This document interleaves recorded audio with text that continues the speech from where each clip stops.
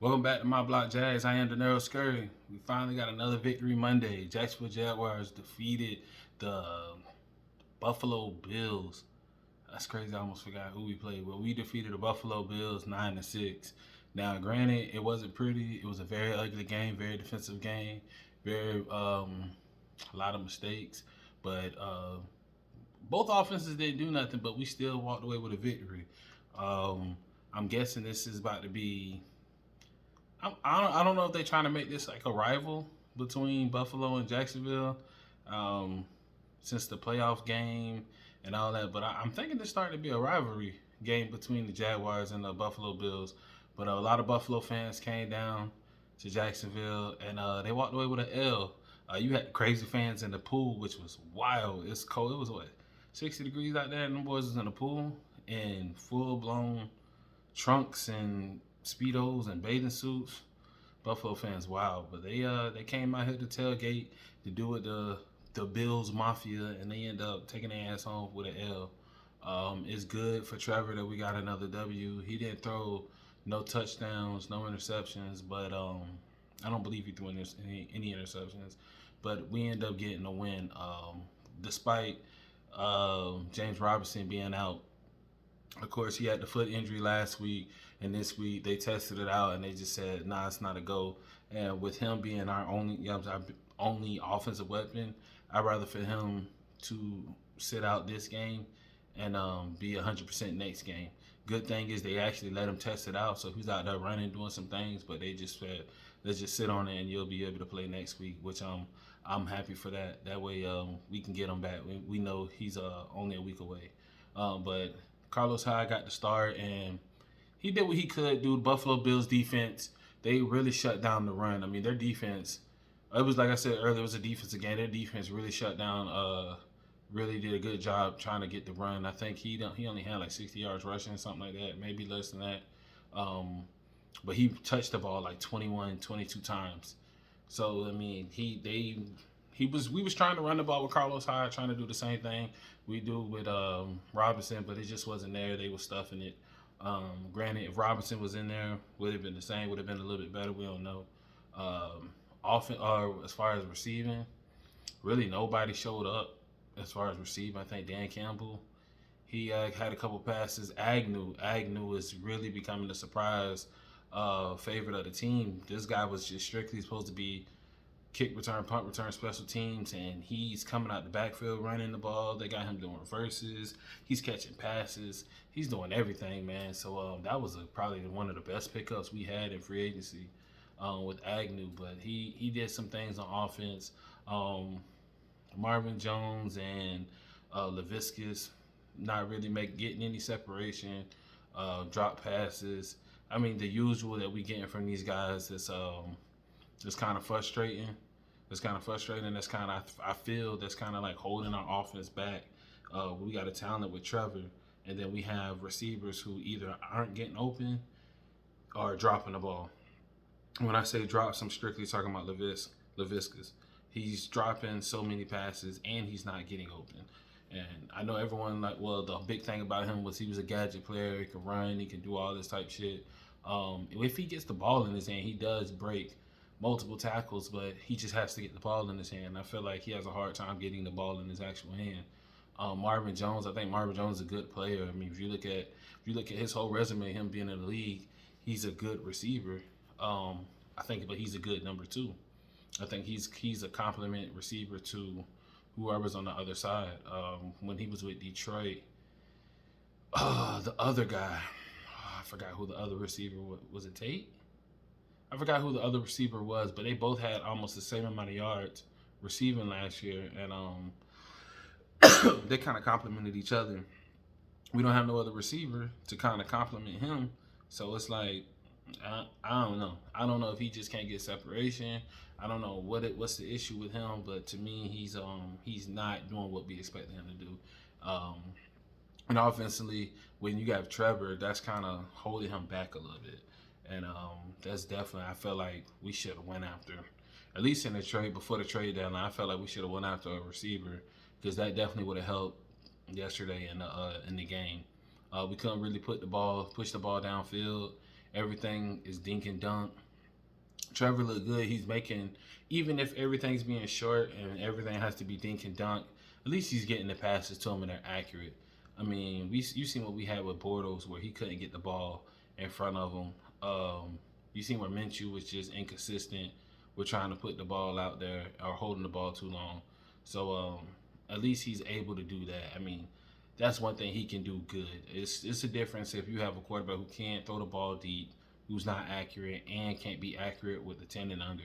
And just one thing Trevor's doing, he's being accurate with the 10 and under. He's actually getting the ball to these guys. And if that's the only thing that we can get, that we can take, or that we can make some moves with, then fuck it, let's take it. Defensively, Josh Allen, man, this is probably one of Josh Allen's best game as a pro. Josh Allen getting sacks and interceptions and fumble recoveries from Josh Allen. That's crazy. I know they were advertising this Josh Allen versus Josh Allen. They both got drafted in the first round. Both were back-to-back years they got drafted. Both of them were 7th picks in the draft.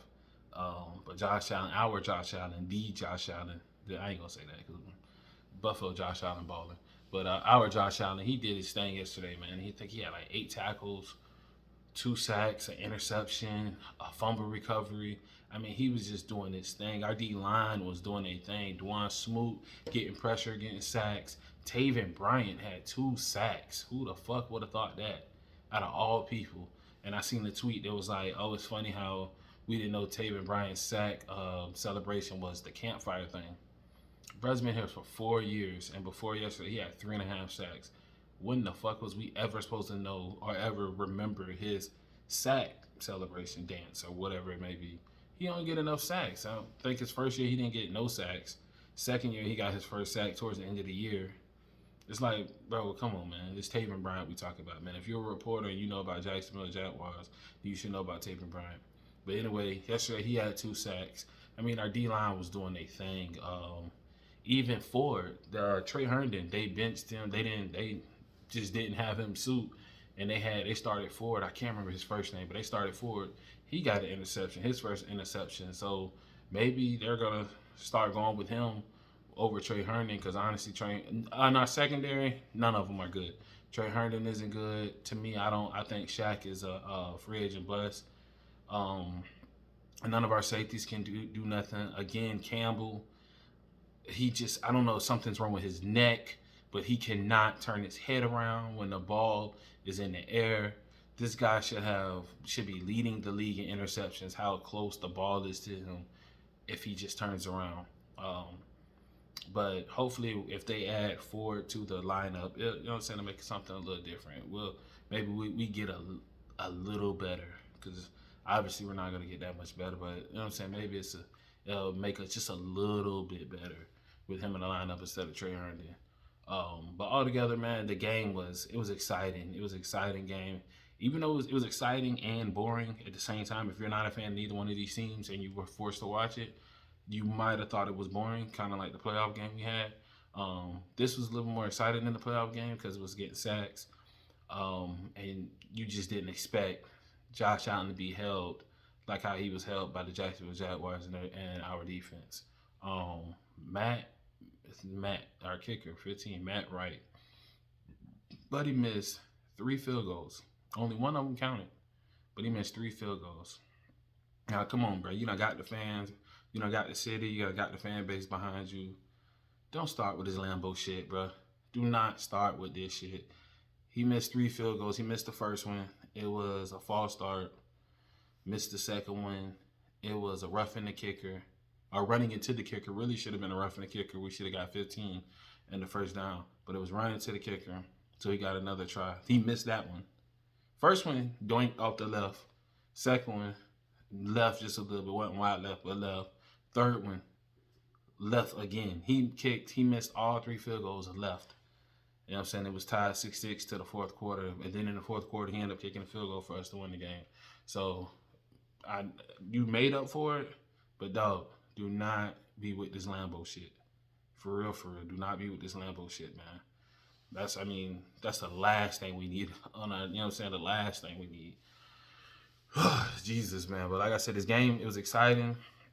It was somewhat entertaining. It was good to see the Jaguars get a W, especially over a team that was supposed to just dog walkers. Everybody had them winning. The underdogs won yesterday. All the underdog teams won yesterday. So it was really good for the Jaguars to get a W against a team that's that offensively talented, and their defense is pretty good. We got the Colts next. We're supposed to be going up to Indy playing the Colts. Now the Colts, they had a Thursday night game, so they got a little extra. Their last game was Thursday night, so they got a little extra rest, and we got to face them.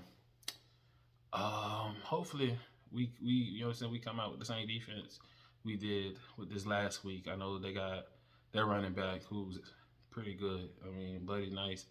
We shut down Singletary and all they running game with Buffalo, so hopefully we can kind of shut him down and kind of get the Carson Wentz. I think we're gonna get the Carson Wentz because the guy's kind of all over the place. But hopefully next week, you know, so when we play Indy, we look somewhat similar to how we played this week. Um, but yeah, that's that for this video. You guys let me know how it was, how y'all felt about the game, how exciting it was. What you think about the Josh Allen versus Josh Allen? I know they was hyping that up. I'm pretty sure NFL Films gonna have some mic'd up on that. But you guys let me know what you think again. Let me know what you guys think about that in the comments, man. And that's that for this video.